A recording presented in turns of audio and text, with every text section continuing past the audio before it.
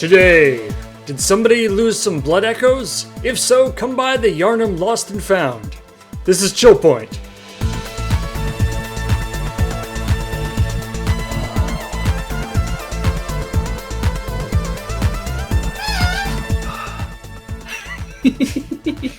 Squeak. Squeak. One day I'll lubricate this chair. Oh, okay. Yeah. One day I will have to return this one back to the moon base. Yeah. That day won't be anytime soon. How's it going, everybody? Welcome Good, thanks to for asking. ChillPoint. He's not talking to us, I'm Beach. not talking to you. I know how you're So doing. you're the more important I people. can see you. Yeah. Yeah, you can see me. Chair squeaks. Best part of stream. Well, God, I hope not. Let's not lean into that. Kind of, Yeah. chair, downhill. chair, teeth. No. Welcome to ChillPoint, where we are going to be talking about video game news from the last week. And if you haven't seen the show before, what this is what used to happen after CheckPoint, where we kind of talk about the stories that we did on CheckPoint, but try to give a little bit more info, stuff that might not have made it into the actual episode. And then we also talk about stories that we didn't actually use for the episode, either because we couldn't think of anything funny about them, or because they were too complicated, or just we already had a few stories that worked out well. There's all sorts of reasons why we might not use a story. It's not to say that a story that doesn't show up on CheckPoint is something that we do not consider newsworthy.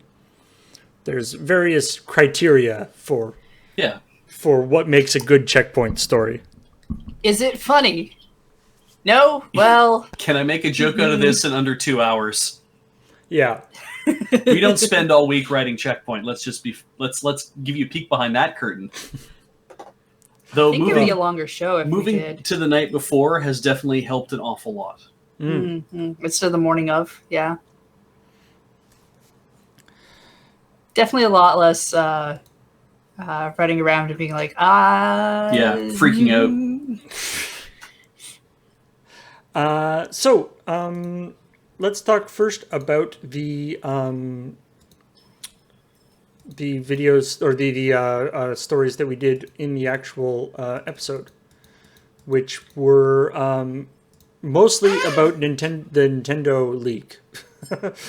A large portion of it was about that.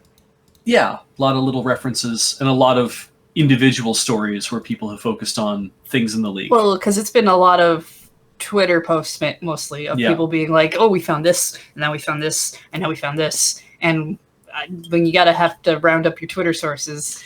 Yeah. And it's things like, so I guess to explain what the Giga Leak is that there was a security breach at Nintendo. Hackers got access to it. And I believe that was a little while ago. It wasn't like this just happened like a week ago. This was like a few months ago this happened because there was somebody who was even going to prison for this, is my understanding. I have no idea. I think that was how this was all going down. The last Nintendo hack thing I heard about was the Nintendo ID account stuff. Yeah, this was like a different thing. This was like at a different time because there was a hack at some point, but it was basically somebody getting into their servers and just basically downloading as much as they could. And then WikiLeaks style, have everything. And then people have had to like kind of comb through all this data and you can't just be like, well, I'll open this up in my image viewer and just see what the fuck I get. It's like, no, there's a lot of like, you have to go combing through like compressed files and like maybe disk images and like maybe some other stuff and, code and all that kind of stuff. People have posted like screenshots of, you see like file directories and stuff though. And they're like, ooh, like Yeah. The directory for like Mario 64 has like a Luigi folder, and you're like, woo. Yeah, and so I know, like, it's like I haven't been entirely clear on when this all occurred. Nigoki in chat says, wasn't this all from the IQ and brought on hack from years ago, and they just sat on it to be safe? That might be the case. I actually haven't seen anyone reporting on specifically where this leak's coming from. They just basically said that, oh, this is look at all the stuff that's been leaked, and it's like, sure. Yeah, I don't feel like there's actually there aren't many stories that say. I don't feel like anyone who's doing any articles on this are going in to find out where the thing is coming from so much as they're just doing Twitter roundups. Yeah, because that's where a lot of this information is hitting. Here we go. So yeah, the Maricat says in January of this year, I guess, hacker Ryan Hernandez pleaded guilty to hacking Nintendo several times in 2016. So this was that thing. So yeah, now we see the culmination of that, where hey, Luigi had models still included in Mario 64. Partial models. Yeah, partial models. Probably maybe not in the actual finished ROM, but wasn't he playable in the DS version? Yes. But in like a prototype version, yeah. Yeah, the prototype version of N64, it's like, yeah, there's Mario 64 for the N64. Luigi was in there in some respect. And that's a lot of these things. Like the weird looking Yoshi is like, the reason why that weird looking Yoshi exists was probably because somebody was like, well, he's going to ride a dinosaur, right? Yeah, okay, well, mod in a dinosaur model and we'll have Mario ride around on it. That's kind of what I think. It's like that was never supposed to be finished pictures. I wonder at what point the decision was made to have Mario ride a dinosaur. Like it isn't like a direct, like if you were being like, we need a thing for our character to ride, like we want the character to be able to ride something in this game. Yeah. What should we ride? Give me ideas. Dinosaur is not like the first thing that would come to my mind. I swear from an older Nintendo Power I have, there was an interview or something where they did talk about why they picked Yoshi as why they're like, he needs to ride on a dinosaur. Why that, like, what made that occur to them. And because Nintendo Power is like a marketing arm of Nintendo, you have to take whatever they say in there, obviously, with the grain of salt. That's meant to be like, well, how do we best position this to the public, right? Like, as opposed to what was actually going on behind the scenes when they were trying to do this. Was he supposed to be a dog? Was he supposed to be something else? Right? I mean, like, I doubt it. It's so Yoshi first shows up in Super Mario World. Mario World, yeah.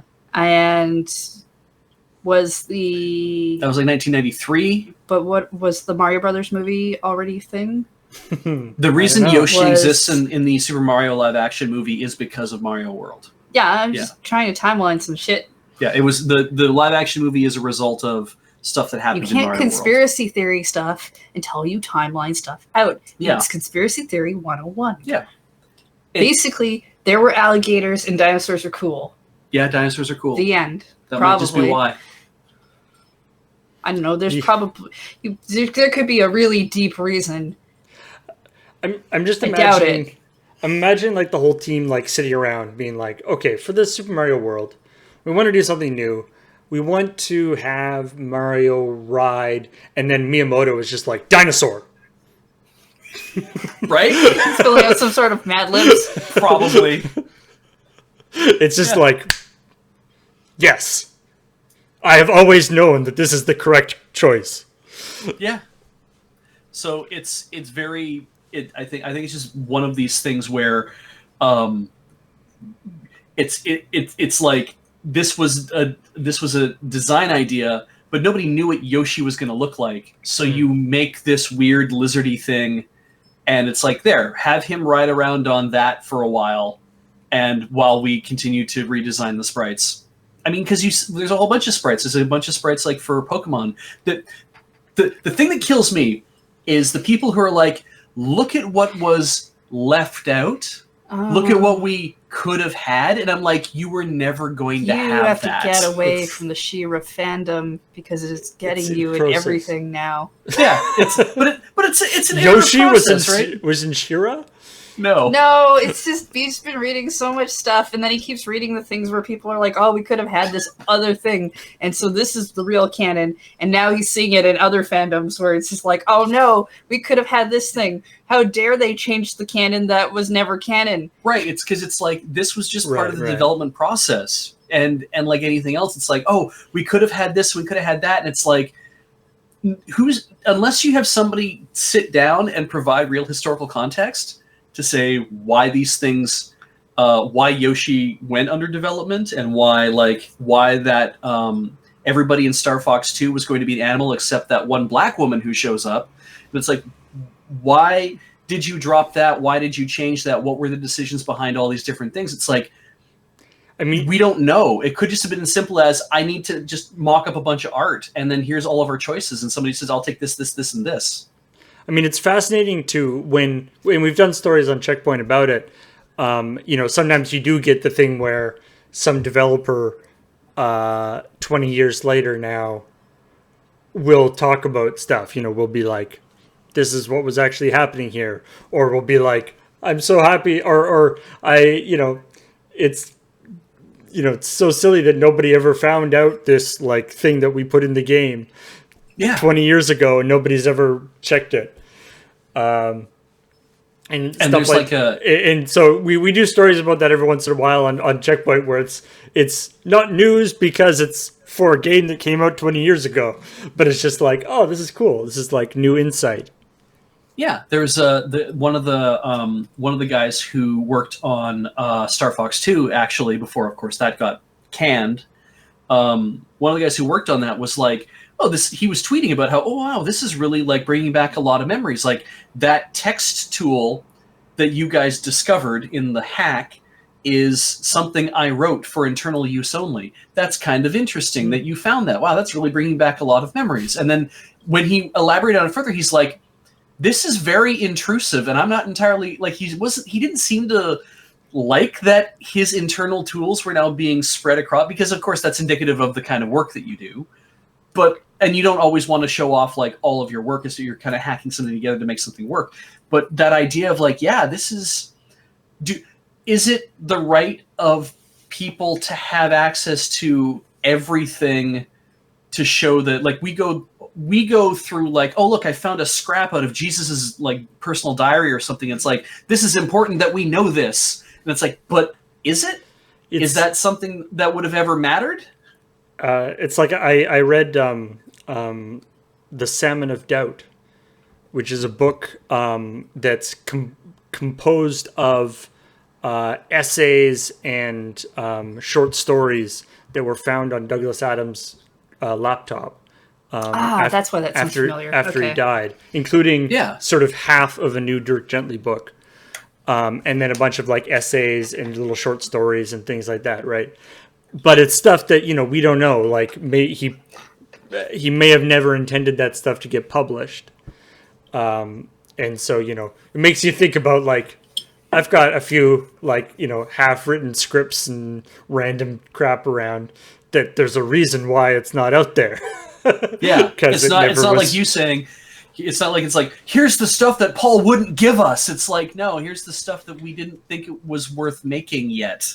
Yeah, or just that it was just like a warm up thing, or you do it and you're like, oh, that idea doesn't work, or that you there's a whole process you go through, and so the idea of somebody just like combing through your computer and just taking out all the stuff afterwards, or the people who want the full uncut audio of a certain thing, where really you only cut out the ums and the ahs and a bunch of stuff that makes you seem less smart than you are. Yeah, like. It's weird how much people want info on things that isn't a thing. Release all the source footage for Road Quest, you cowards. Oh, yes. Goodness. No. No. That's terabytes of unusable stuff. But anyway, I get the kind of sense the Giga Leak is that, like, coming from this perspective as content creators too, it's like definitely looking at the Giga Leak, it's like, it's neat to see all this. And I think that if there was, I actually personally think that if Nintendo was to take a chunk of this, like 80% of this, and be like, okay, we'll give you some historical context for a lot of these things, or not to say this is why we changed this, but like these are the things that changed. You can see the clear evolution of why we went from this Pokemon design, but to this, to this, to this, and you can see the thing. It's like, that's cool. That would be interesting. But now releasing everything devoid of some sort of historical discussion means that it's on any context, rather. All the people who are seeing it are then having to try to fill in those gaps and coming up with like the reasons why they think, like what I'm doing right here, the reasons why they think that this stuff happened, trying to provide explanation. And it's speculation. It's not actually valuable discussion. It's I think some speculation can be valuable, but it's like maybe we might not actually get anything valuable out of this. And some people have said Nintendo is probably less inclined to tell us about all this stuff at this point, because they're like throwing their hands in the air, like, we didn't want to talk about it in the first place, and now we definitely don't want to talk about it. It's the because of course, there's been maybe a dozen or so big kind of, not big, but like sort of newsworthy stories that have come out of this with, various early versions of things, Luigi in Mario 64 and early versions of Pokemon and Yoshi and all this kind of stuff in this ginormous trove, right? So like the like a lot of this stuff is early version. I've seen some things that it's like, early versions of Yoshi's Island, but it's like the UI is a little bit different. And there's like slightly placeholder stuff, slightly different music, and it's like, that's what most early versions of things are like. It's not like this huge revelation. It's just something a little weird. But anyway, so that was I feel like the Giga League stuff will probably continue bearing fruit over the next little while too. So it'll be interesting. That's going to go on for probably like maybe even a couple months, really, depending on how long it takes people to go through it all. And it's kind of, for us, it's kind of nice because it means that we will probably see week on week there'll be other things that come out, and there might be things that's worth. Yeah, we might find things that are worth commenting on to be like, did you see this ridiculous stuff that was in development, or maybe it will be just worth ignoring some things because it's like, so that's a curio, but you don't have to make a whole story about a curio. And also, of course, this isn't just, it is important to note that there is actually some stuff that is unambiguously things that should not be released, such as personal information about people working at Nintendo, like home addresses and all that kind of stuff. So this is not like it's like, Nintendo shouldn't be worried about it. It's just like a bunch of old stuff that, who cares about their old games? There's, like it's not a hack like this is not a this sort of, it's the freedom fighters have stolen the stuff from the bad company. Miyamoto put his address in the private back end of his company, which means that he wanted us to find it. He was behind 7 firewalls so that we would find him eventually. I think some people have a weird idea of how ARGs work. Yeah. I would say to Beach that there was a bunch of stories this week that were like, this is kind of just an interesting piece of Nintendo info, and it was the Giga Leak. Like a bunch of stuff like you thought this was something else? Nope, Giga Leak. It like turns out to be. It's like, where did all this cool info come from? Oh, of course, that's where it came from, right? So everything is. Don't worry, everybody. Your uncles at Nintendo are safe. Yes. They have a separate file section for that, and nobody touches that. Everybody knows if they want to keep their uncle safe, they don't touch the uncle file. Yeah. Other stories that are not related to the Nintendo League. This is actually again kind of an interesting sort of behind the scenes process thing. So there's this story about the Riot Games. League of Legends European Championship Summer Series, which was supposedly or was going to be done as in connection with the city of Neom. I wasn't quite sure whether, because obviously this won't. It's not like it's going to be happening in Neom, because Neom doesn't exist yet. Yeah. but I guess it's sort of as part of the run up, and then it will happen there when it does exist, assuming it does exist.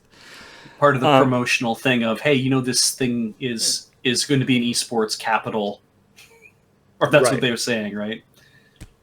And so there's this story about this, and about how this like massive pushback from not only the Riot community, but also contract people working for Riot, as in like casters and commentators and independent people working for Riot, and also actual employees of Riot, including the League of Legends gameplay designer, the lead League of Legends gameplay designer. People who you think would have been at least informed about this, or known something about this. Oh, that's a pretty big company. But of course, as we say in the story, as we were writing this last night, or on when it was being written, on Wednesday night, it actually got pulled back. That they were saying, in an effort to expand our esports ecosystem, we moved too quickly and dug too deep, too greedily. And this partnership caused rifts in the very community we seek to grow. How ironic. Yeah, right? It's, to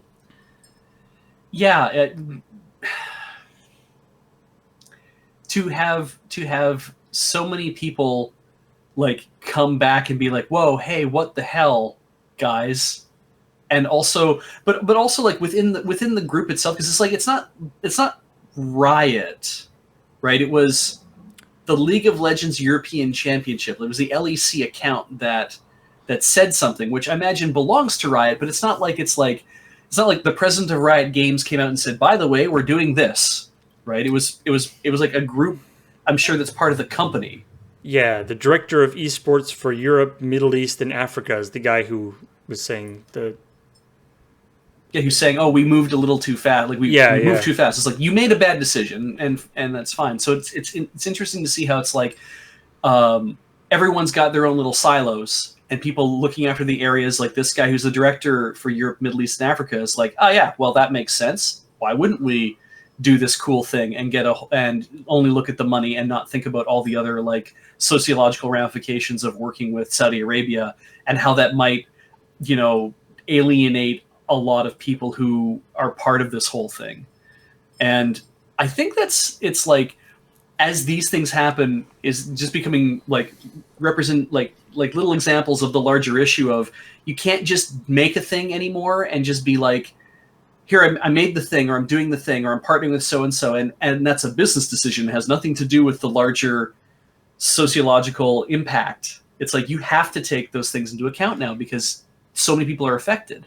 Well, and I think you get kind of these blinkers on, right? Where they're like, they're whatever the guy who's responsible for setting up these deals is trying to make the deals, finds a good deal and is like, this will be awesome. We'll make all this money. It'll be great. Do the thing. Yeah. And at no point, there's nobody was like, don't talk to these people at all.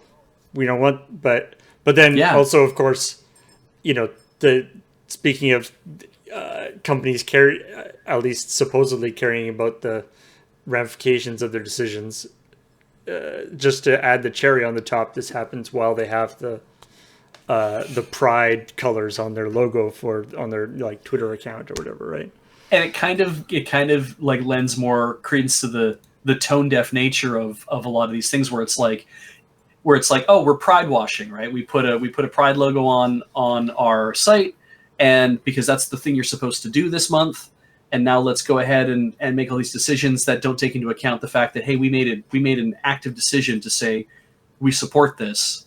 So maybe we should be making decisions in the company that the company culture should reflect those outward decisions as well, right? And then you kind of feel like, I guess it doesn't. I mean, or I guess not everybody does. If you want to be not cynical about it, and you probably should be because it's a video game company, but if you talk to a lot of people, I don't think that people understand that that there are countries where it is just illegal to be gay Yeah. or pan or any of the queer. Yeah. And just because it's not generally life-threatening in certain areas, in the same sense of like there's a law where people will do shit to you outside of the what your community might actually be like. And I wouldn't doubt if there is just a sense of privilege from people who are very unaffected and have a lot of money that they don't think about any of those things. It doesn't come up in their own personal life. Yeah, so why would it? If you're not paying attention to it, you're not going to really notice it. If the person, it kind of feels like, and I don't want to say this as like a for sure one way or the other, but it stands to reason that whoever was making this decision is probably not queer in any way, or they would have been more like, wait, we're making a deal with Saudi Arabia? I don't think we should be doing that. Here's the reasons why. Yeah. I mean, this is also why it's very important to have diversity within your teams, and especially at the higher echelons, at the higher levels specifically. Yeah, it is an interesting idea. This like not even to like explicitly be championing whatever minority group or whatever idea, social but just cause, yeah. but just to have somebody, just to cover those blind spots, sort of thing, where it's like, hey, this is an issue that you may not have even thought. Like it's not that you are actively trying to be bad here, or you just may not have even thought of this as being an issue. And that doesn't make it better. Yeah. Really, it's like there's. It's like I've had several teachers who are often like, well, if you were going to do it wrong, why weren't you asking for help? And it's like, because I didn't know I was doing it wrong, so I just did it. And I mean, in that doesn't really apply quite at like a CEO level, where you should probably have diversity and consultants and other people who are checking those things for you and being way more aware of that kind of thing in the first place. But there is just kind of that blind spot of, well, I've been doing it right so far, so I guess I'm still doing it correctly. Why would I? Yeah. I thought I was doing it right. It's why getting called out in having your community and stuff calling you out for that shit is a good thing. Yeah. Can be very important. So, I mean, we'll see what happens with it going forward. Whether they're going to do, anything, or whether it's they've said they're not going to do the they're not doing this partnership now, but whether down the road there's going to be some other form of partnership, maybe a little bit more on the DL. Who knows? Yeah, it's kind of the thing. It's more cool. You know now, but what are you really going to do about it later? I mean, like, are you going to actually check these things in the future? Have you learned anything? Also, the more immediate reaction of the fact that Riot says that, okay, the LEC's we're not having anything to do with the LEC associated with NEOM at this point. And so it's like, but they're not the only ones who are hooked up to NEOM, right? Like there was, I think, Burst or something like that. There were Blast. There was like another group that was that's associating themselves there. They're an esports group as well. And it's kind of like, how many other esports groups, how many other like, any sort of corporations or anything else that were kind of looking at doing something with NEOM are kind of looking at this a second point now and being like, you know what, that if we go ahead with this, are we going to have the same pushback from our fans? Or maybe we won't, or what will that mean? And it's like, it'll be interesting to see if there actually is knock-on effects for other companies or other associations that are like trying to ally themselves with this thing. I mean, it's especially when you consider that the sort of whole point or the whole thing with NEOM is, from what I understand, it's this sort of, trying to be this kind of focal point and bringing, esports, but also, big industries from other places and trying to attract as Build a much sustainable community and all that. yes, attract as much sort of outside popularity as possible.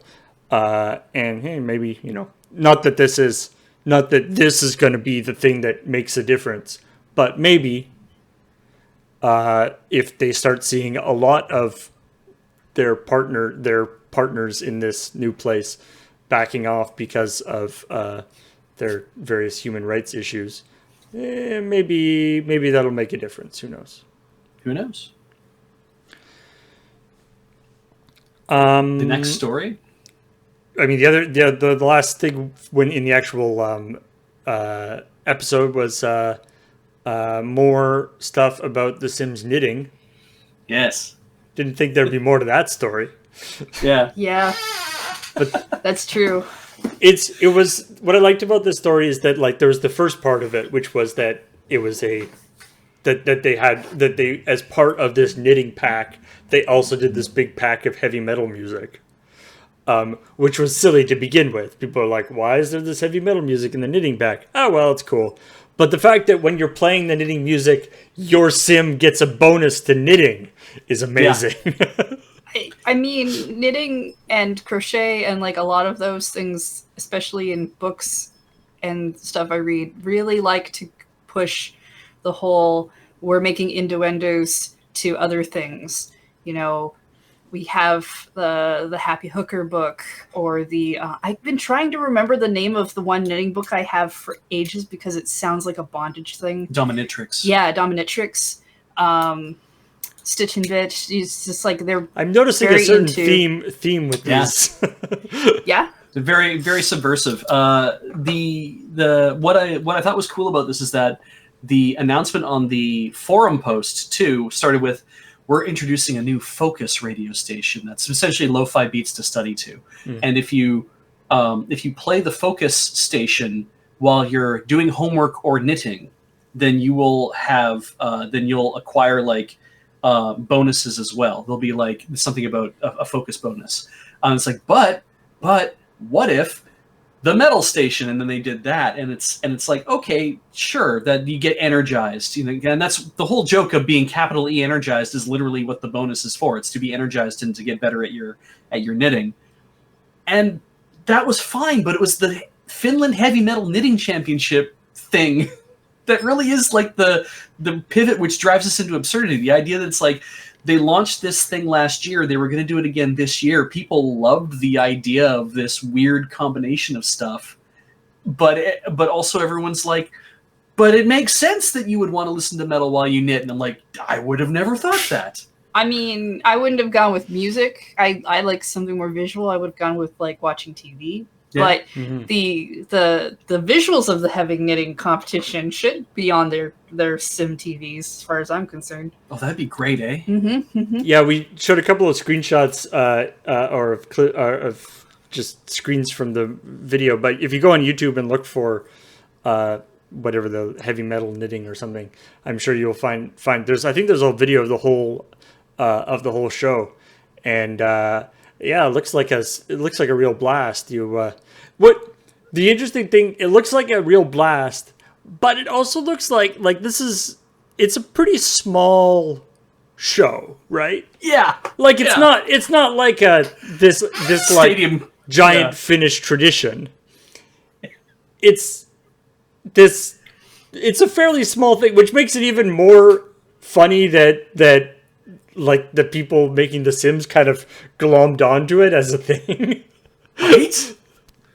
It's like, and it only happened the 1 year. Like it only happened last year. It's not annual. Like they were going to bring it back this year, but COVID has basically canceled that. They're like, we can't do that this year. We're going to have to wait until next time. But yeah, I was like, there's about 50, 80 people there out watching, kind of standing. It looked like the kind of thing you see in like the middle of your town square where it's like, oh, there must be a thing going on today. Oh man, I wish. And you walk past it, you're like, oh yeah, cool. You stick around for 5 minutes and you move on. And it's like, it's not really like I wish we had more community events that spoke to my niche. That'd be great. Now the question is, and I wasn't able to figure this out just from watching it, is whether the person knitting has to be part of the band that's performing, or whether you can get like whether the person knitting is like a stunt knitter that they bring in, or whatever, you're like a pitch knitter that they bring in to knit while they perform, or whether the person like knitting has to actually be like a member of the band. I don't know, and whether like the knitting is like timed to the music, or whether it's just happening during the music. Some people Some people seem to end up at the end with, it's like at the end of the thing, like some people had like a finished flag that they. Yeah, that was good. I like that one. The thing was that they had to be actively performing while knitting was the minimum thing. I think the knitting has to be part of the performance somehow. But I want to know if any of them are actually like completely starting from nothing and knitting, or if they come on with like a partial thing, because I can't imagine casting on while trying to move around like that. I can at least figure out like, yeah, you've got it kind of already started, sure, but casting on and casting off seems really hard with all that movement. They might give you a couple rows. This is why it's a real challenge, you know. I mean, I understand the giant needles they were using, because for at least a stage performance thing, you want to be able to see the needles, but also for a speed thing, bigger needles, thicker yarn will get you a thing way faster. Yeah. But you're not even graded on how big the thing is or whatever it is that you make. It's just you have to be up there knitting. Like, and as long as you're doing that and singing, because they pick a winner. It is a competition. But like the people who won, it looked like it was a group that had 2 sumo wrestlers and that was more confusing to me. Someone in a kimono, and I hate to say whether it was man or woman because it could as easily be onna no otokonoko or whatever, right? But it's like, were the sumo wrestlers also knitting? No, they were sumo wrestling. That was actually way more confusing to me, because it was like, oh, everybody's got a theme. They have to knit some things, and then they have this group which has like some really cool fashion going on with the kimonos and stuff.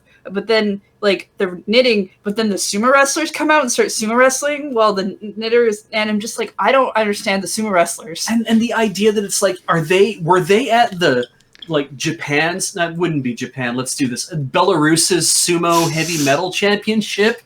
And they're like, shit, we should do the whole tour. Combine them together. Right? They're like, just get the sumo wrestlers and get the knitters and just have the same act and just do the whole European whatever, and... There's just some like sumo wrestlers in this, you know, Finnish town. We're like, you guys want to come wrestle like on stage while we're doing this? I wish they had been knitting. I wish they had a knitting competition against each other on the stage. That would have been great. I think this is super cool. I don't like metal at all, so I would never go to this performance. But frankly, it's so neat that they just did this. And I think it's cool that it's like, oh, and there's a video game reference, so that means we get to talk about it.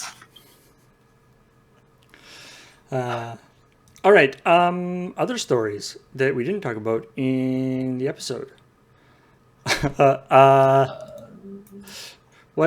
There's one here that's a nice, a fun kind of wholesome story.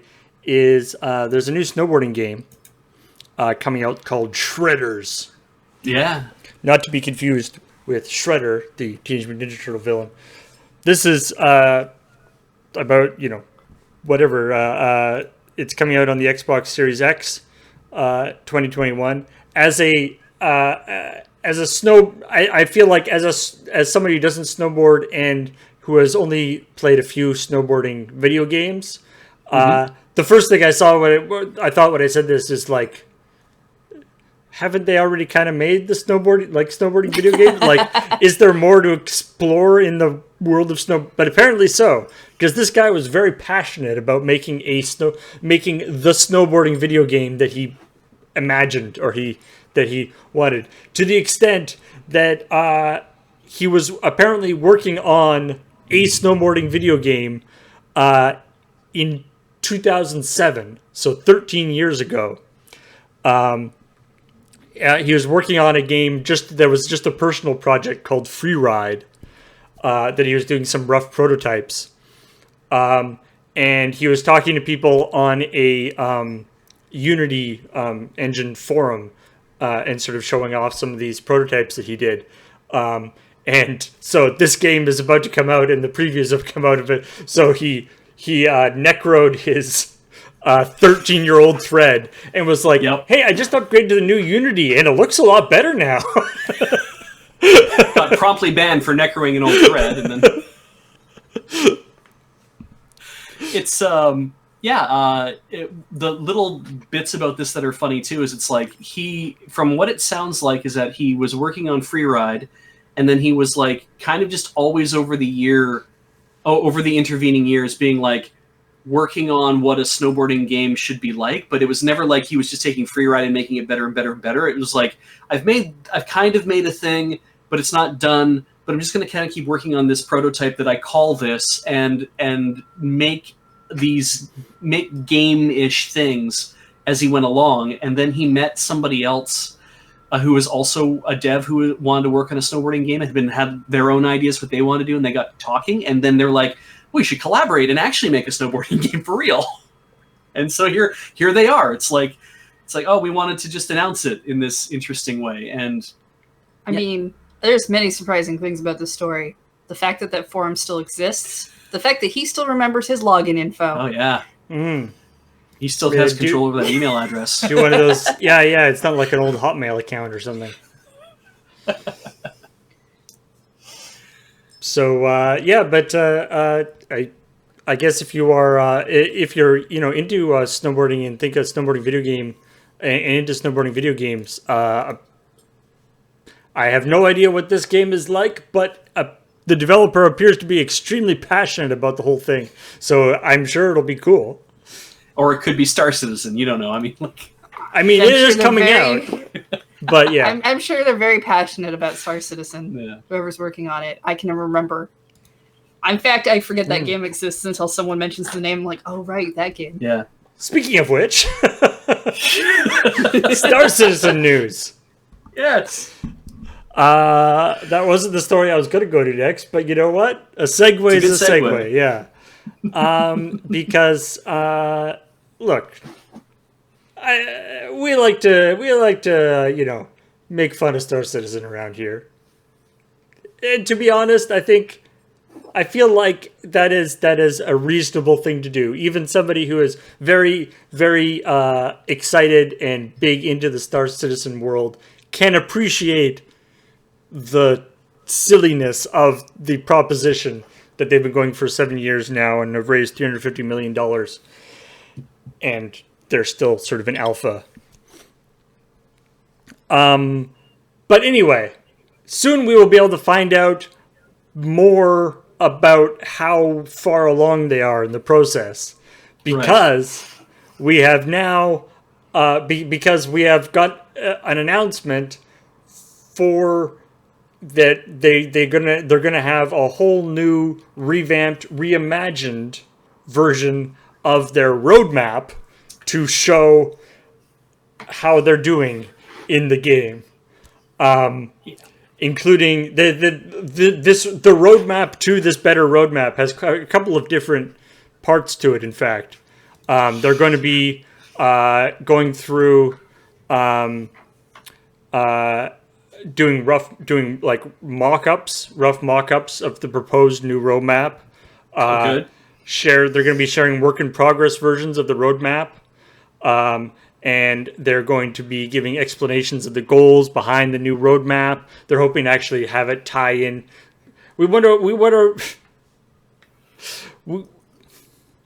So, anyway.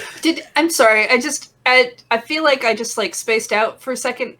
Are we actually going to learn about Star Citizen the game, or are we going to learn about how they're making a roadmap for their roadmap?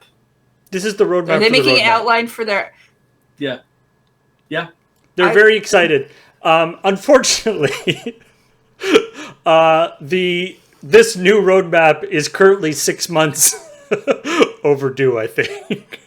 Or at least they announced that there was going to be a roadmap 6 months ago. They announced that there's going to be a new roadmap 6 months ago, and nobody's heard anything right now. Yeah. I already dislike announcements of announcements, and I certainly am not into this new idea of an outline for your outline for your outline. It's weird because it's like everything about this smacks of if it was a screenplay, it's clearly a scam, right? I mean, It would clearly be a I scam. believe we keep saying that. Yeah. Mm-hmm. But because it's real life, it's harder to accept that Like, this is some sort of scam. I'm inclined to be more in the like Duke Nukem Forever area rather than a Right? scam, where it's like well-meaning but not they have issues, as opposed to like deliberately messing with people. But Like, never ascribe to malice what you can just point to stupidity, that kind of thing, where it's like they just can't seem to do the thing they're trying to do. I'm just concerned that like for the last 5 months, all the resources that were previously working on Star Citizen or Squadron 42, which is the spin-off of Star Citizen that they also haven't made.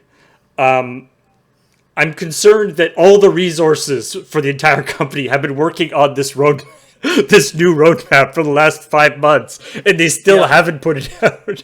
Haven't quite properly rendered it yet. Are any of them writing their own fan fiction as well? How do you have a spin-off for a game that isn't even out? It's also not out. Like, so Squadron 42 is supposed to be the first-person shooter aspect that was always going to be in Star Citizen, where you can like land on the planets or the space stations, and then you can get out of your ship and walk around. And so it was supposed to be like a single-player thing, I thought.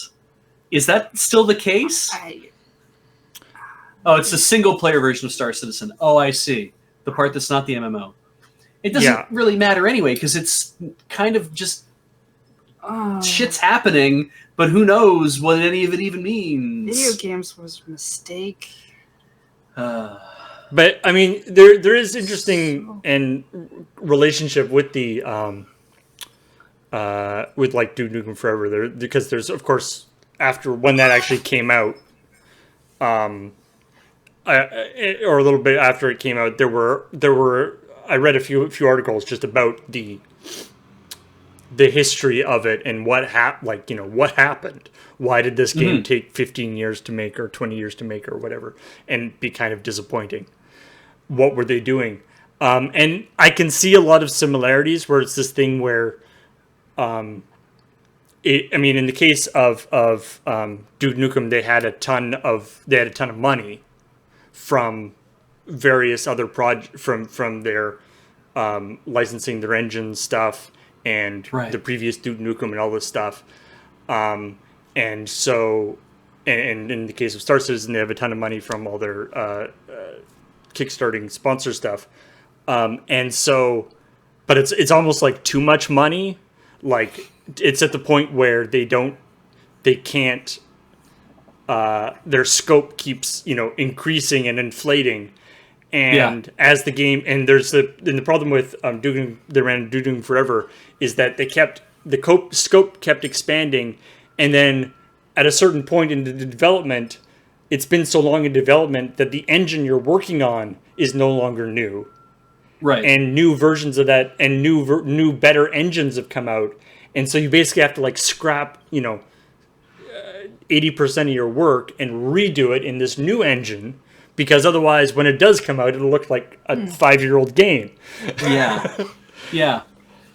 And they did that like 2 or 3 times, didn't they? Yeah, they did. Yeah. And I mean, it was also the thing where like, and again, you see it with Star Citizen where like the head people would like go away and see a cool thing in a game and then come back and be like, this is the thing that's going to be in our game now. No. Yeah. Like the guys, like the Star Citizen guys have been talking about, they'll keep announcing features like it's going to have real time like facial recognition stuff where like it's going to use like your webcam so that your character in the game is going to like match your facial expressions and your voice things. And it's like, guys, that sounds cool, but try to just make it first and then do the cool stuff. Oh, there's so much scope creep there. That's not. Why not go back? Why not go back to the original Kickstarter and reread it to see what was it we originally promised, and then just deliver on that, right? It'd be like, what is it we originally promised? Oh yeah, we did all that already. Why aren't we just shit? We were gonna make a video game, weren't we? Holy shit!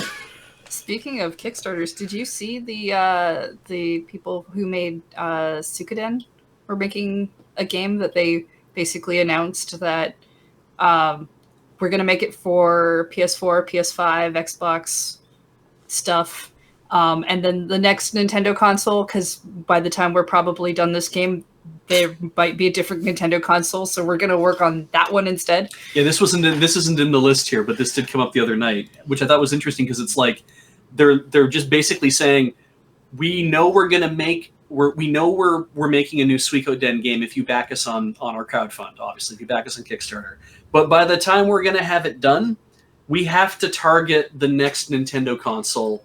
Yeah, we can't target the Switch because by the time it's done, the Switch will probably be done. Got to skate to where the puck is gonna be. I mean, whatever, right? Exactly. I did kind of like that they like, because they have a big explanation about how this game is going to take them at least 2 to 3 years or more to make, and we're just not going to make it for the Switch, but we'll make it for the thing after. And if you don't, I think they even had a thing in there that was like, if you say you want the Switch or the Nintendo version, and Nintendo doesn't make a new console, and we'll try to figure out how to do it for the Switch. And if we can't do that, then we'll refund you your money. Like, they have at least a plan. Yeah. Just like, well, it'll come out for whatever console Nintendo is making. Like, what if the next console Nintendo makes is like, I don't know, some like weird black and white, like the Playdate portable thing. Yeah. Or like they resurrect the Virtual Boy or something. Right. Excuse me. New Valorant agent has been revealed.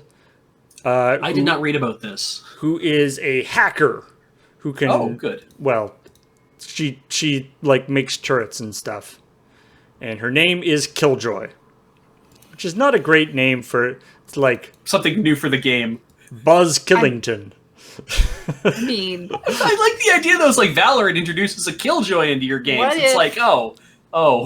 What if there's a character named Joy, and this thing is just very, very focused. Well, what they do is they release it's like Killjoy, and then they later release like a new skin for Killjoy that's like Joy, and she's just like super upbeat and happy. Pigtails and lollipops and shit, yeah. Yes. Has this been a regular thing for Valorant, that new characters kind of they're dripping them out over time? I think this actually might be one of the first. Like, Valorant hasn't been around that long, right? Yeah, our last news on Valorant was Dragon Guns, right? Which is still amazing.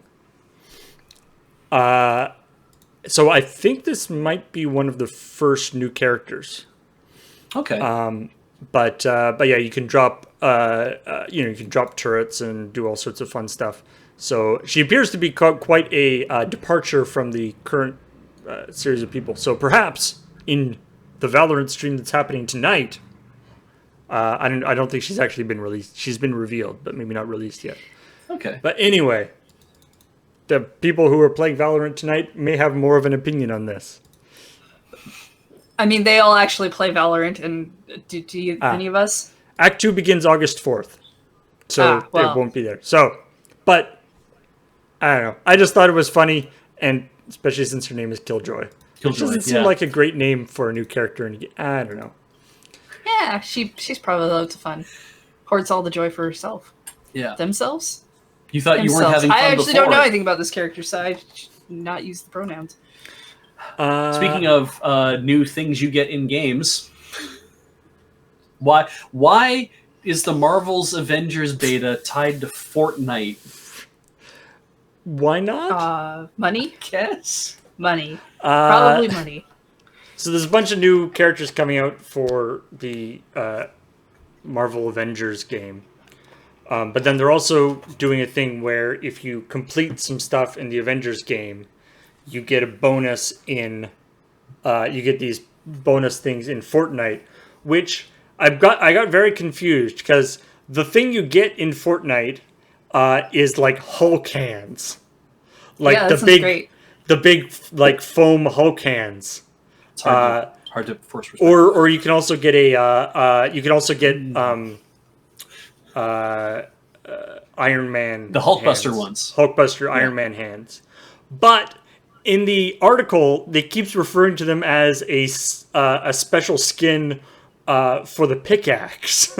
Yeah.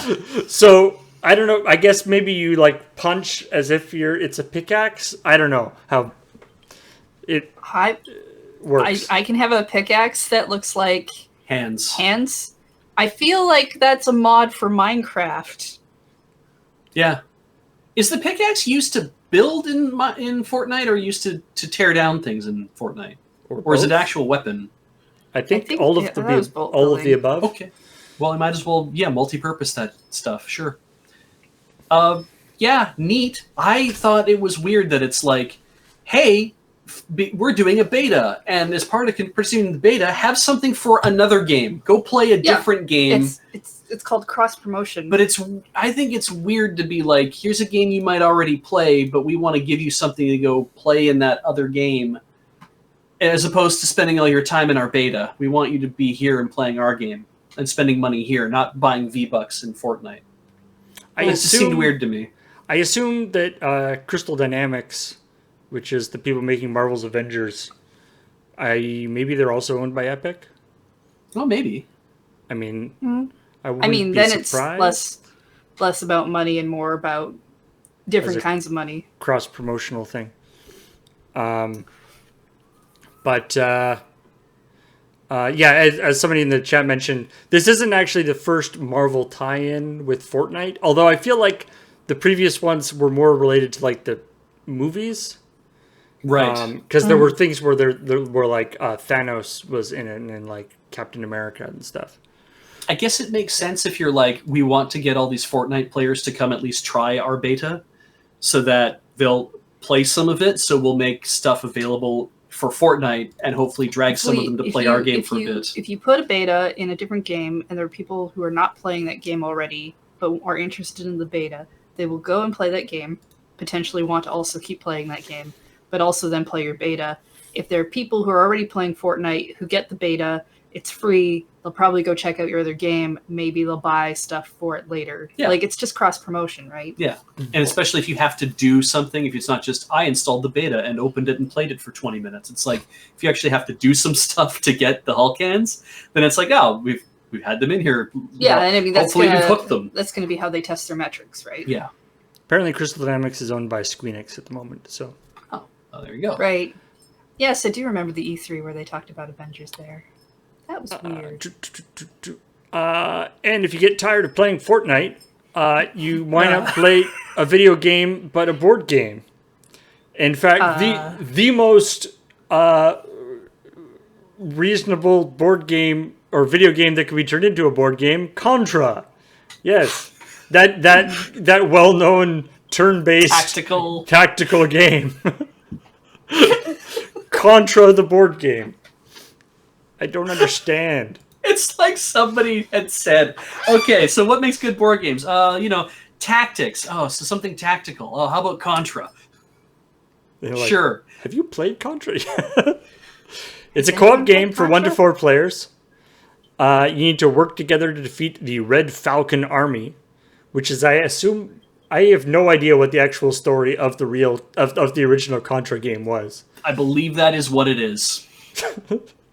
The Red Falcon Army comes up, and it's... You know how all the power-ups in Contra are all red falcons? Sure. With like the letter in the middle? They have wings and whatnot. I think that's the idea, is that you're attacking their weapon caches and you're taking them for yourself. There's a I think it was a Dorkly video or something that was like, is like people who are the names of games that are confusing, and it's like the bad guy, the final boss in Contra. It's like, aha! I will defeat you, Contras. Or wait, am I Contra? Who's Contra? Is this Contra? What is Contra in this? They fixed that in the UK by calling it Probotector. See, I understand that. Yes, that's at least a word that doesn't exist in real life. All right, so yeah, you play the game, and you select one of the 4. So it's on each of the commando turns. You get to like do a bunch of stuff, and it's a combination of like cards and dice and stuff. And then you like draw cards, and some of the cards are like spread shot, which allows you to roll more dice when you attack, which is somehow less kind of that's kinda viscerally exciting than spread shot. But anyway, if any commando loses all 4 lives, all 4 players get a game over. I wonder if there's some sort of infinite lives mode. Can you Konami code that shit? Yeah. It's a board game. You can cheat all you want without a computer telling you you can't. What's funny is that the box for it looks like it's really thick because it's a big freaking cube, but the front of the box is designed to look like an NES cartridge, kinda. It's got like the ridges running down the side of it, and I was just kind of like, I wonder, did Nintendo never think to trademark that look? Of like a cartridge? Of like, yeah, that kind of... I mean, that cartridge itself is a very trademarkable design, right? It's a very kind of like, if you design something that looks like that, it's like, oh, clearly I'm trying to make like an NES cartridge-looking thing, because no other system ever used something that looked just like that. But those ridges that run down the middle, or run down the one side of it, are a very kind of... Like, when I see that, I'm like, I know what you're going for here. You're trying to reproduce that feel of a Nintendo cartridge. And that seemed like a very trademarkable design element. I also like the aspect where there's like the player turn, then there's the enemy turn, then there's the stage turn. It's like there's the players. Yeah, there's the players, the enemies, and then the stage gets a chance to mess you up, which is appropriate for Contra. Yeah, that's true. For like one of those stupid pits that everyone just keeps falling into over and over and over and over again. I thought that was Pitfall. Anyway, I unfortunately, with things how they are, it's unlikely that we'll be able to get to actually play this in person anytime soon. It's true, yeah. And looking at the game board in the little image here, I don't know if it would work that well on a stream either. It looks like there's a lot of teeny weeny pieces. Oh, cool. To be honest. Good stuff. It looks surprisingly complicated for a game based... I mean, I guess I shouldn't be that surprised. What are these... That's what makes a good board game, right? They gotta be really, really complicated and have a lot of rules. I feel That's like... my understanding. Some of these board games based on video games, eventually it's just going to be like the board game is just like... it just simulates like the actual gameplay, in the sense of the board game is actually just like a Turing machine, and you just go through and like move the things around in the memory slots. And it's like, I just died. Yeah. What we need to do is forget about all the new video game board games that are coming out. We need to go seek out the truly marketable video game board games from the 80s and the 90s, like the original Legend of Zelda one. Oh, yeah. There's a Legend of Zelda board game? Yeah. I used to have it. It had little standees. It was not very good. No? Oh. No. But we should play that. Yeah. I mean, at least it's a top-down. Like, you can imagine Zelda levels turning into boards quite nicely. Oh, man. Like, each of, like, the big squares as being, like, one of those things from, as, like, where it's like, put these 3 squares together and that's your board. That could be quite neat. No, I promise you, it's not that cool. Very Hero Quest kind of feeling. Yeah. You walk into the Lost Woods and you rearrange the board. It's like, now you're in the Lost Woods. Now you have to do this. Oh, man, we could make a really cool tile-based Zelda game. Yeah, we could.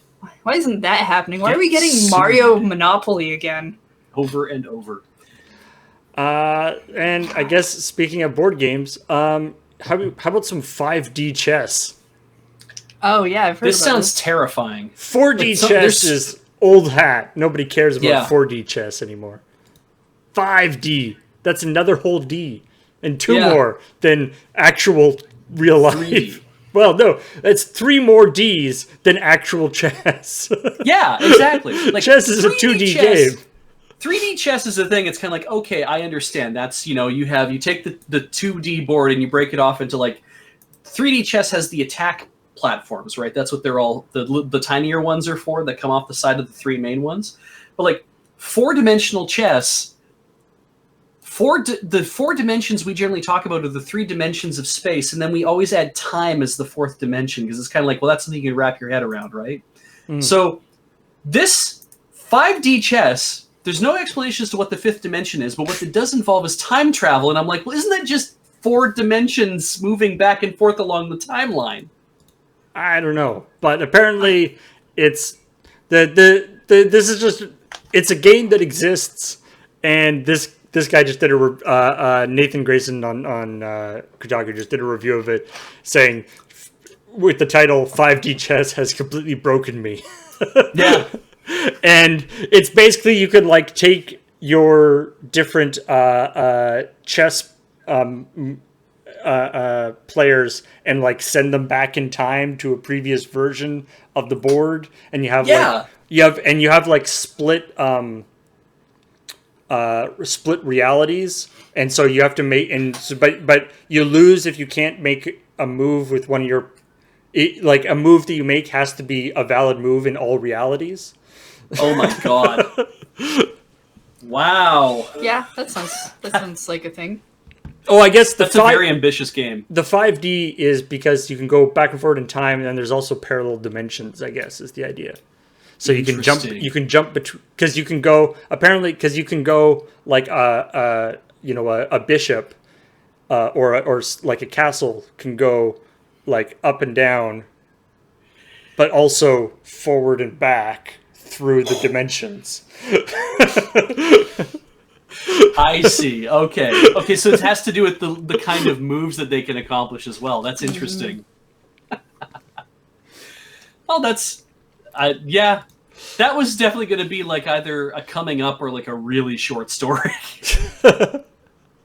Or else I would have had to have like written it as a thing where I'm in the middle of the story when I start, and then there's a flash and I'm back at what would have been the start of my story, and then go forward to the end of my story. Or having to do the end of my story partway through another story that I'd already written later. And I don't think the CheckPoint audience really wants to follow that. I don't know if it would be relatable, followable. Yeah, we have a non-linear editor. We could probably really just mess it up, so it just kind of pops in at different points since reading the story. And it's like, what the fuck is going on with CheckPoint? Oh, it's about 5D chess. Oh, great. And I guess, this actually seems kind of neat. This is Nintendo news that isn't about the leak, I don't think. No, it's not. There's an update to Animal Crossing that's adding fireworks and cloud backups, which seems great. So that cloud backup thing is not as great as people think it is yet. That's still pretty good. It's still better than nothing. But like, if you lose your Switch, you don't lose everything now, right? So you have to turn on cloud backups for one thing. So you have to have Nintendo Online. Yeah, so you have to have a Nintendo Switch Online to begin with.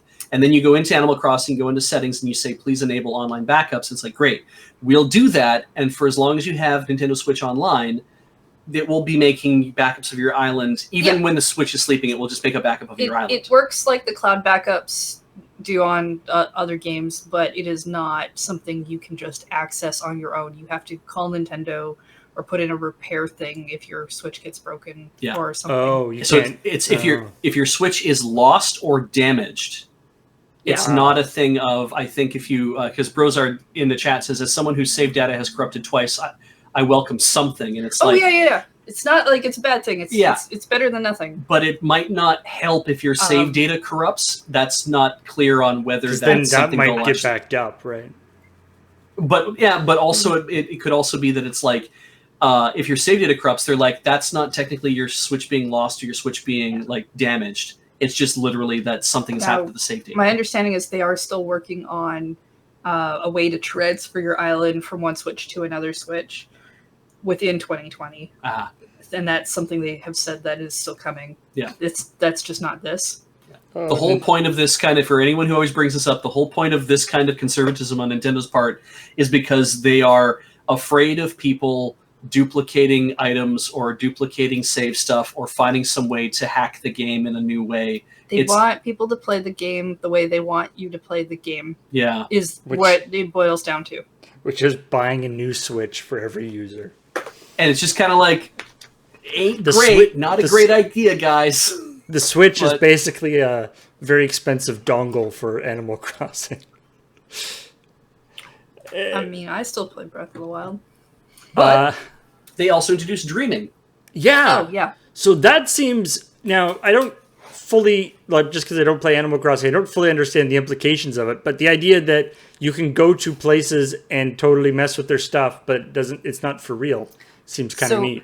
This is a feature that it was a New Leaf, and they had the Dream Suite there with Luna in it, where you went on that bed, and they don't have the Dream Suite in this one. So I haven't played with it. I don't know if you need to specifically use Luna's bed that they give you in the game. So the Dream Suite was a house available in New Leaf that like a business that you could visit, and Luna would be like, "Hey, lay down on the bed. Yeah, you'll have a dream, and you'll be able to go to somebody else's island or somebody else's town." I was getting there. Okay, I promise. Okay, but it is essentially a copy of your town that you upload.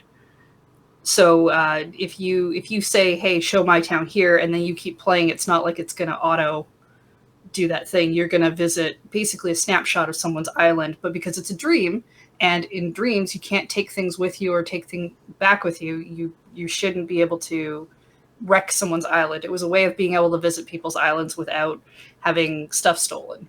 And in New Leaf, you could like mess with all their stuff, right? Like you could do. Oh yeah, I mean it's definitely locked down more in New Horizons. Yeah, especially with the best friends thing and stuff that they do for that. But you don't have to have your friend online to go visit their island, technically. But you're also not going to have an effect on their island. It seems like it could be super handy for the like island tours or whatever. Well, there's a problem with that in that if the way that it sounds like the island tours are working is that multiple people are visiting one island and all walking around while the person who owns the island is also walking around with them and providing them commentary. It's going to depend on how Kathleen wants to do that kind of thing. Oh, if she just wants to visit random islands with no interaction, that would be a way to do it. Having the person there, other people there. Yeah. But the other aspect of that though is that somebody could then make a snapshot of their island and be like, I've made my island a certain way, and I'm going to save this snapshot, this dream, for the island tour. And then they can go ahead and they make all the other changes to the island that they want to make. And then say to Kathleen, it's like, okay, you dream your way to my island. I'll just be on voice chat with you while you're actually walking around my island. Yeah. And then you can see all the cool stuff I've done. And then you can leave the dream. And then you could come to my island the way it is now and actually see. So you get a chance to see two different islands. Again, that's all going to depend on if that's something Kathleen even wants to do. Exactly. And so we're not making any promises for what Island Tours is going to look like. It does give a neat. It does give some interesting options, though. The idea that you can the idea of sort of having snapshots of people's islands, which I guess when I think about it is probably the same system they use for the actual cloud backups. It's probably connected together. The fireworks, I think, are interesting, even though that's also a thing they did in the previous game as well, because they mentioned that you could make custom fireworks. Oh, right. Which means we're going to see a lot of sky butts, I think. Should be able to take like custom designs that you already have in your because the custom design thing is a big thing as well. So you can make a custom design of a pattern or of a picture or something, and you make that, I'm sure, into like launch that as a firework and show that off. And that's actually the dream thing also allows you to take designs. Yeah, I mean, okay, so that's in New Leaf, when you visited a person's dream, there was like a walrus who wandered around in pajamas, and you could get a design from him. But I think from the shots I've seen in Horizons, it looks like you're going to show up and there's just a plaque that's kind of like the one inside the custom design kiosk. Able sisters, and you're going to be able to access designs that way. So that would also be a thing to share designs. But that's cool. I'm a little annoyed that they took out the walrus. Where's Phineas? Where's Brewster? There's so many characters. But maybe you'll bring in Katrina soon? Maybe. I'd like Katrina back. Oh, wasn't luck a thing? That's something my friend Oz told me, was that luck was now a thing in New Horizons, which is basically just a mechanic. If you're having a bad luck day, you might trip when you're running. You might find less items or certain things, depending on how they've implemented that. It's an invisible number that you won't know. Yeah, but that's why I mentioned Katrina, because Katrina would, I believe, tell you what your lucky item was, so you would wear that to negate the bad luck of that day, which miss it. Is that just, is it, do you do specific things to like get more lucky or whatever, or is it just random? The lucky item thing, I think, is at least it's a trope in a lot of anime I've watched, where it's like, oh, your lucky item today is a blue bow, and then you wear it, and then supposedly you have good luck. But I think in this game it just stops you from tripping. So there's no good luck. There's just bad luck sometimes. I mean, if you're not having bad luck, you must be having good luck. Isn't that how it works? I guess. So basically what happened is everybody in Animal Crossing was having good luck all the time. And that gravy train is about to end. Yeah, pretty much. I honestly think it's really funny because that was always just in New Leaf, and the idea that a whole bunch of people have been running around without any consequences, because like flowers used to, like, you'd wreck flowers if you ran through them completely, so that was a big thing. But now you can't do that, and so I'm like, now there's going to be a whole bunch of people who start running around and they keep tripping and they won't know why. Like, I told you kids to not run in the in the town square. Now who's laughing? All right. Anything left? I guess there's one thing here with that the star of August Pokemon Go Community Day is Magikarp. Great. Mm-hmm. I don't like the way that Nintendo made Magikarp, programmed Magikarp to be pathetic, and then and then constantly makes fun of Nintendo itself makes fun of, or Game Freaks makes fun of Magikarp for being pathetic. Yeah, I would argue that's much more Game Freak, because Magikarp comes from the first game, which was not Nintendo, was not the Pokemon company at the time. But now, you'll be able to, it's more common on August the 8th, it'll be more common to get a Magikarp in Pokemon Go. Then you can get, you get a better chance of getting a shiny Magikarp, great, but then you can also evolve it as well, so... You need 400 Magikarp candies to evolve a Gyarados in Pokemon Go, so having Magikarp show up is more commonly is great. Plus, having Magikarp as a shiny, which I believe was like the first shiny for a lot of people, right, because of the red Gyarados thing in, I think it was Silver and Gold, is a big deal. Yes. And Gyarados will automatically learn the move Aqua Tail, which from the fact that this is in the article makes it sound like Gyarados doesn't automatically learn this move, but during Magikarp Day it will. There's a history of Pokemon having special Pokemon with special movesets that only show up in a certain way because they don't learn them in this way. But I ignore all of that information because I don't play competitively. It seems like you're going to have to do an awful lot, because if you need 400 Magikarp candies to make a Gyarados pop up, that seems like that's a lot of Magikarp you have to try to capture on a single day. There's items you can spend. There's elite research apparently to get more. You can make your Magikarp your fun pal to walk around with you to earn candy that way. I mean, I wish it followed you around on the map like that. That'd be great. It's like, that's a hell of a fish. For people who think that Magikarp is pathetic, it's like that fish flops around. Magikarp is made to be pathetic. And doesn't die. It can only do splash until it gets to like whatever level, in which case I think it learns tackle. But if you catch it natively, then you have to get it up to level 20, do that thing where you put it at the beginning of your party, then take it out right away so it gets experience, unless it's an older game, then you got experience share. I don't know. Pokemon. I hope whoever's out there is enjoying that Gyarados that we put together at Desert Bus. I forget who won that, but I hope you're enjoying it. I hope you put it back together. Better. You like the Lapras better? Yeah. The Lapras was a lot of fun to build. Lapras was so cool. Yeah. Yeah, I don't know. I just the idea that they made Magikarp to be pathetic, and then constantly harp on the fact that Magikarp they officially, and they put him in a surprisingly large number of games, and they even made Yeah. the game that's just Magikarp jumping. Yep. Yeah. And in the description of that game, it's like, have fun with the most pathetic Pokemon. Yeah. It's like he could have been cool. You are the ones who made him like this. But they really like Magikarp in that game, Paul. In fact, if you get your Magikarp to evolve into a Gyarados, that Gyarados has to leave. He's not allowed to stay. Anyway. Yeah, that's I think that was about all the stuff to talk about for this week. Yeah. So let's see what's coming up next.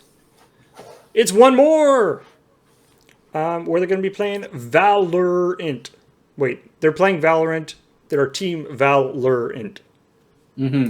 That's not hard to say. I guess we put the No. A back in. Well, why is it LLR?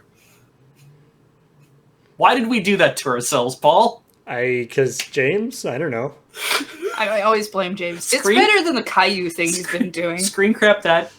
So Screen crap? We screen cap that and send that to James and be like, "Are we loading Let It Run now?" I guess. No, don't encourage. But also, people. send him a thing that's Caillou, except for the two L's have LRR instead of the LL. I'm going to divorce you soon.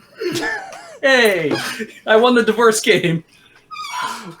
I know you've been holding out on that. Taking for a years to get to long that time. point. On Sunday, not tomorrow, but Sunday, we were going to be having the Double Masters PPR. The first time you'll ever be able to see anybody play Double Masters. In paper. With cards. Asterisk. Double Masters, for those who don't know, it's called Double Masters because there are twice as many rares in every pack. That's right. Double the rares, double the fun. We did a full draft for this one, and it's going to be super cool. So we're going to be playing with the paper cards, and it's going to be a similar setup to what we did last time. So it should be a lot of fun, and that's going to be starting at 11 a.m. on Sunday. And then on Monday, Cam continues his Bloodborne playthrough on Play It Forward. Nice. And then we have the dramatic conclusion of A Rasp of Sand, where we get to find out how far the characters are going to get with the crown of the Deep Queen. I think they might all just die. Deep Queen? They might all just die. Queen. That happens. There's been a lot of character deaths in that campaign. There's been a my lot of understanding. deaths, which is fine. Some of them have been totally deserved. Some of them not so much. Like sometimes you get into a really tough fight, but you just can't squeak it out and you die. Sometimes a tsunami comes out of nowhere and whacks, kills the entire party for no reason other than a vengeful god. There we go. There is a reason. Tuesday we got 9 o'clock. Minecraft, and Talking Simulator, where Cam and Corey are going to be looking at Endless Fables 4 Shadow Within. Don't actually know what that is. Nope, but it's got to be interesting. And then Dead Space 3 on Let's Nope. And then I believe on Wednesday we've got Play It Forward again, more Bloodborne, and Pummel Party, right? The return Oh, that's of this Pummel week? Party. Okay, cool. We're And going it's to actually the do... big party. Yeah, we're going to do 8 an people? 8-person pummel party. So more pummeling for the chummeling. It doesn't work. So that should be super fun. And gonna be we're going to set it very up probably chaotic. kind of like how we do the Jackbox stream. So you'll be able to see everybody and stuff. So that'll be super fun. Let's thank all the awesome people who subscribed during the stream. Starting with Gieran for 2 years. That 24 months. Thank you very much. Sound Guy 0D capital B for 33 months. Sorry. Ivalens, hey! Has been here for 44 months and had a sub message that I was going to respond to, but now I forgot what the sub message is. Sorry, Ivalens. Castle Otranto. Castle Otranto. Possibly. This one? Yes. For 84 months. Whew. That's many 7 months. years. Is it? That's so 12 times 7, 14, 7, 84. Okay. That's 7 years. Crap! Wow. I mean, I'm not. I don't question your mathematics ability, but I was just, double checking. Yeah. Amentor for 16 months. A square number. Mm. Saya Origaya for 31 months. Welcome back. McIntyre for 5 months. Occasionally manly for 38 months. Oh no, don't stereotype. Magic Carp. Gifted by the Maracat. Welcome, Magic Carp. Not a magic carp. It's just a magic carp. Magic Carp. Oh, there's the magic carp. Oh, thank goodness. Thank Snuck in goodness. there. Fish in a barrel. Yeah. Ash Ketchum. Thanks, Meerkat.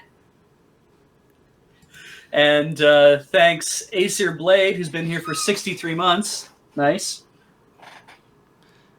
Thank you, all you awesome people, for subscribing during the stream. And yes, Castle Otranto is confirmed. That was 7 years. I believe I subbed on the first day. Wow. That's so Good awesome.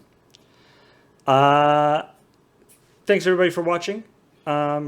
We'll go away in about an hour and a half. There will be Valorant streaming on one more with James and friends. Well, James and friends. Valorant streaming. James and colleagues. I don't know how how deep their friendship goes. James and people this week he's choosing to call friends. James and coworkers. Colleagues. The co-workers who were coerced to play the game with James. Doing it against their will. I'm sure they're getting paid. Yeah. Probably by James. Or they're just enjoying it. Bye. All right. Bye, everybody.